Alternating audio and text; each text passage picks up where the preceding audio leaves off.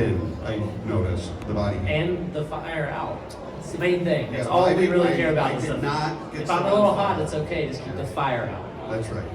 So anyway, Ross, thank you for being with us.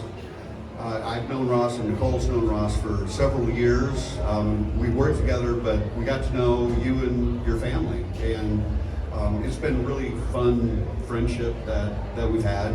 And you know, even though we're a lot different than how you knew us when we started, we appreciate the things that you're doing for not only NewLeaf, but really advocating for agriculture, and that's why we wanted to really continue that partnership and the things you do. But I thought maybe if you could talk a little bit about yourself, and then we'll get into a little bit of the advocacy things that you're doing as well. Yes, sir.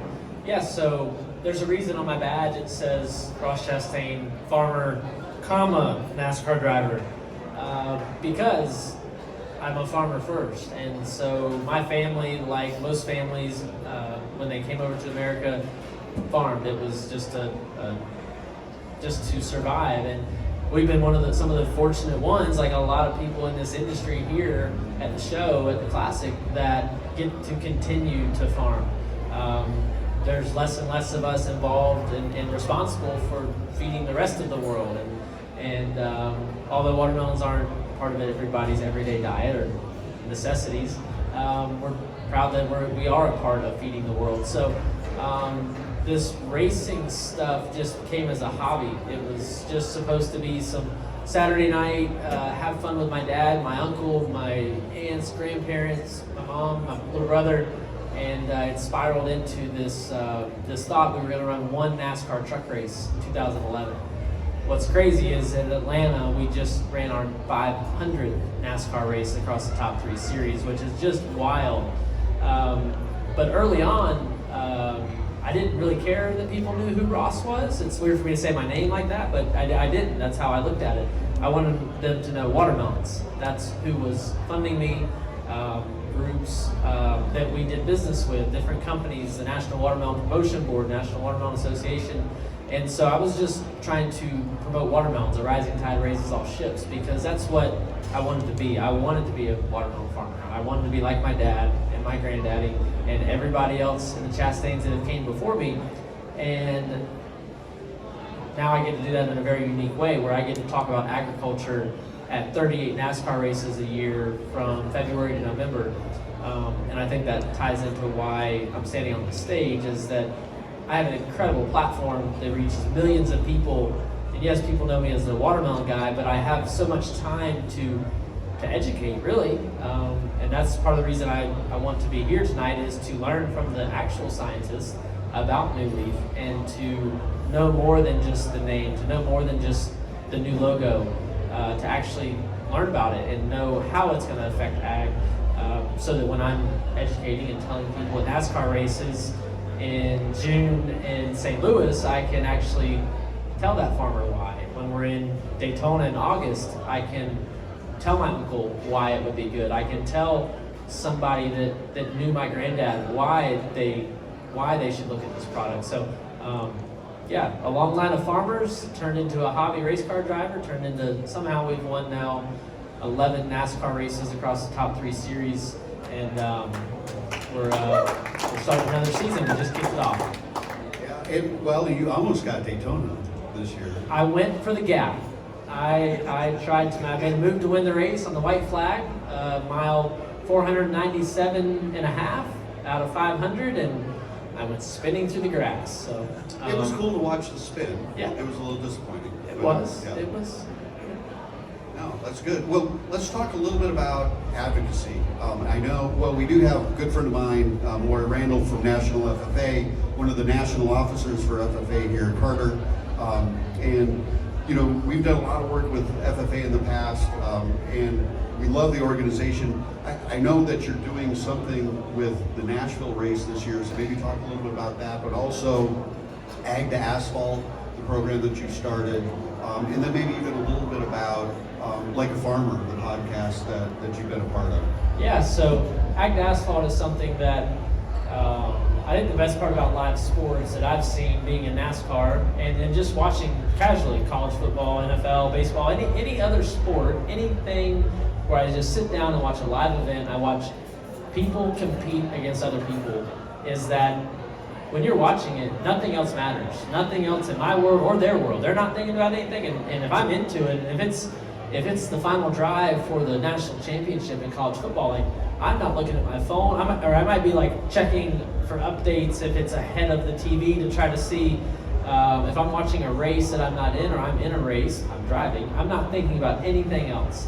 And so we wanted to do something with agriculture, and so we created Ag to Asphalt. It's a simple concept of just inviting farmers to the races. Farmers, if they're doing their job, they're probably not interacting with many people in their day-to-day. So their thank you is when they sell their crop. Their thank you is when they get paid. That's what they are worried about, and that's what they are stressing over all season for that paycheck at the end of the year, or however they have their pay structure.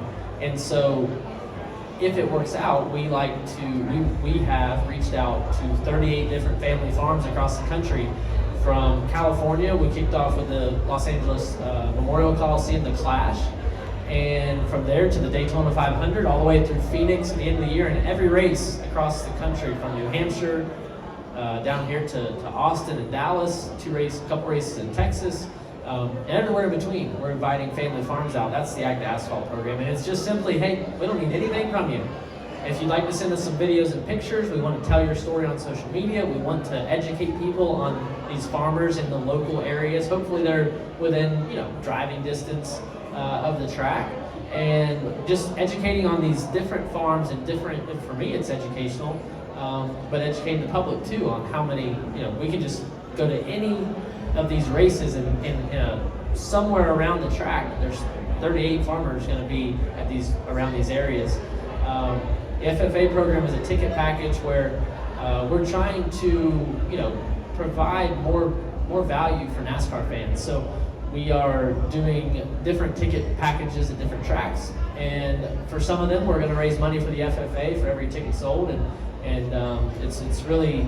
I really took inspiration from you. I mean, I remember whenever I met you, Brent, I was never in FFA. We didn't have an FFA chapter at my school or in my area. My dad was in it, my uncle was in FFA, but it just wasn't, it went away. And I went to a different high school than my dad, and they didn't have it. They had an ag program. I had an ag class all 4 years, but not FFA specifically. So I really took a lot of inspiration from you, and when this opportunity came up, we were trying to look for ways to do more in agriculture, and I told David we want to do something more and try to help. So it's going to be pretty neat to get more involved. I remember when y'all took me to their headquarters, and something as simple as there's a jar of dirt from every state and every chapter everywhere. So it was really neat, and then just seeing those kids.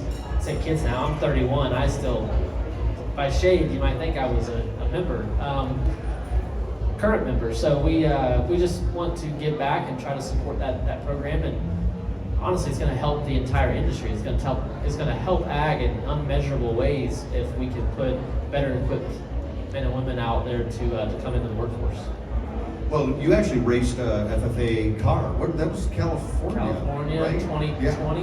Yeah. Right before COVID hit. That's right. Yeah. Ooh. And then we got the signed hood from that.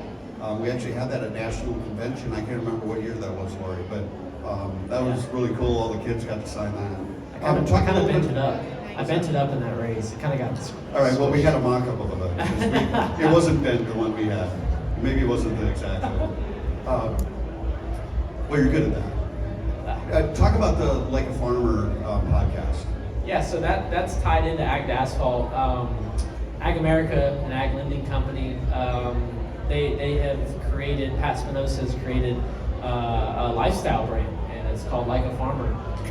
And it's a kind of a call to action for him that with so many people living in rural America, that he can educate on what they're doing and what they're to the world, So his podcast touches on farmers from across this country specifically, and is telling their stories and anybody tied to ag. So whenever he reached out, we wanted to do something more than just one podcast. And we did our podcast with him out of Watermelon Farm, sitting on a tailgate in Araby, Georgia, just south of Cordele, in the middle of June with gnats flying up our nose, and we were sweating through our clothes sitting there.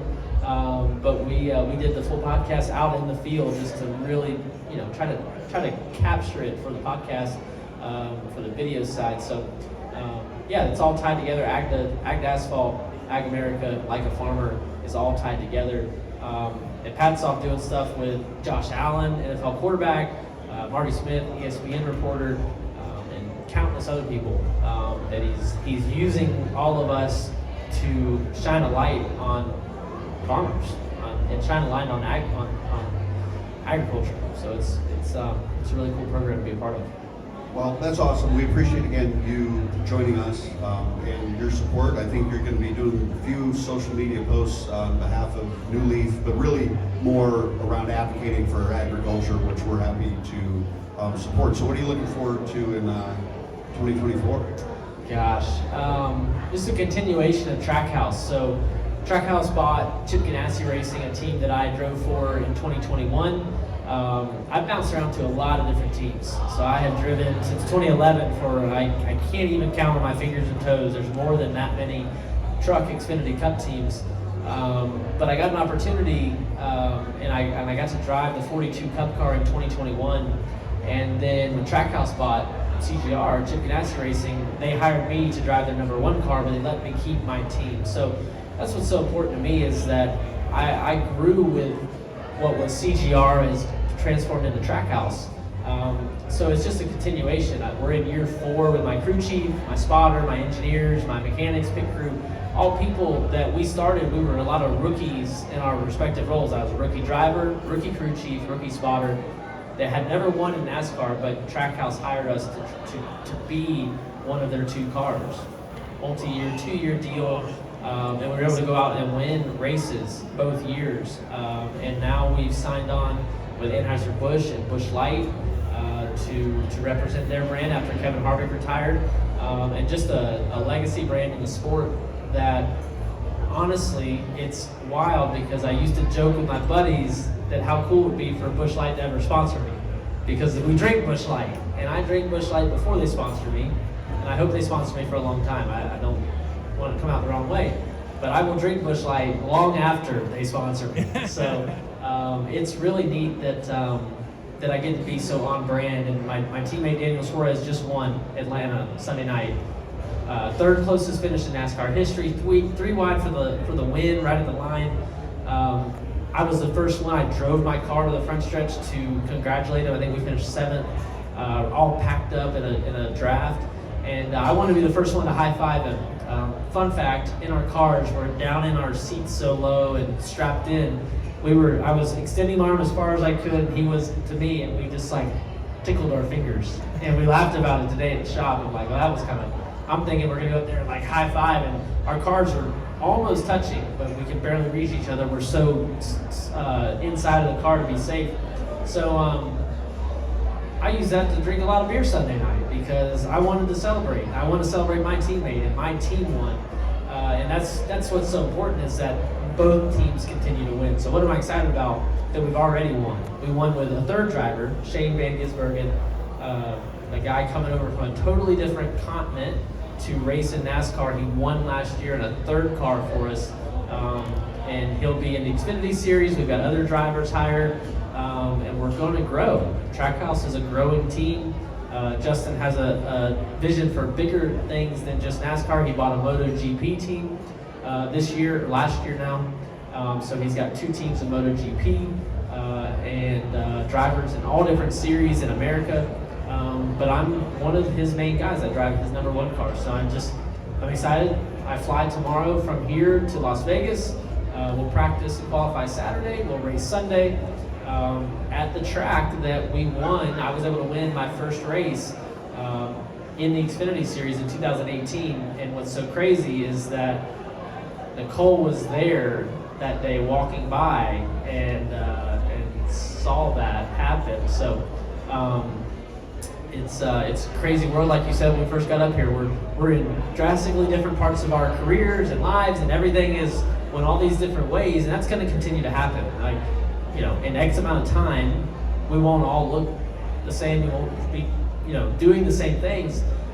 But I can guarantee you, we're going to be in agriculture, and we might be wearing different something. The companies might change, but if you want to work in ag, like we all could be doing different things, and I think that's what's so cool is that we all continue to show back up, and we continue to push the ball, you know, forward and drive the race car towards the checkered flag to be in agriculture. So I wouldn't want to be anywhere else than here at the Classic.